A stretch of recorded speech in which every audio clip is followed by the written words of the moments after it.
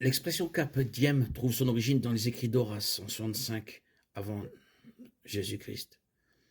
L'idée de carpe diem est exprimée dans la strophe d'ouverture du poème de Robert Herrick, « Cueillez les boutons de rose tant que vous le pouvez ».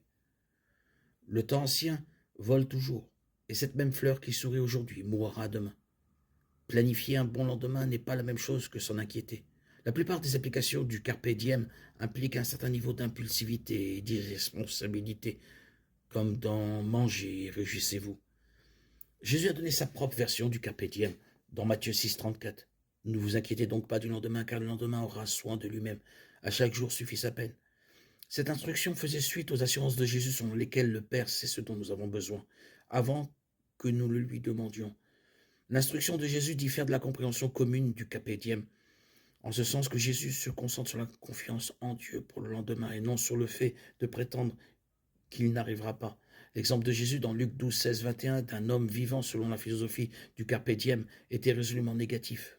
Jésus a qualifié de fous les gens qui se disent « Vous avez du blé en abondance pour de nombreuses années, prenez votre vie à la légère, mangez, buvez et réjouissez-vous, car demain nous mourrons. » 1 Corinthiens 15, 32.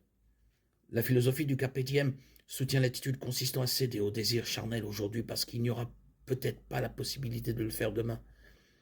Les différentes versions du carpe diem définissent la mentalité de certaines personnes pauvres, un état d'esprit qui les empêche de faire des plans stratégiques aujourd'hui, qui seront rentables demain et les aideront à sortir de l'indigence.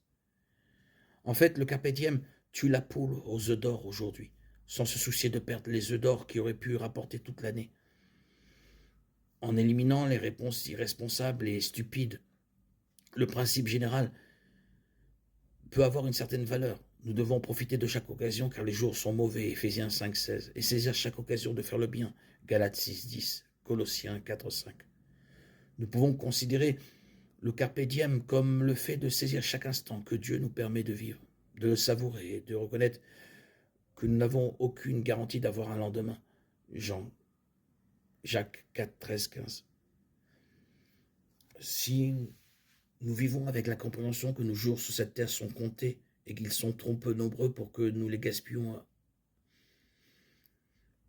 nous devons nous inquiéter de ce qui n'arrivera peut-être jamais. Nous pouvons vivre dans l'instant présent. Nous devrions nous arrêter pour sentir ou cueillir les roses et remercier Dieu pour elles. Nous pouvons vibrer au chant d'un oiseau, nous émerveiller devant un coucher de soleil et prendre le temps d'écouter les solitaires. Et ça, c'est le véritable carpe diem, c'est vraiment saisir le jour. Nos vies nous ont été données dans un but, mais ce but n'est pas celui que le monde nous dit.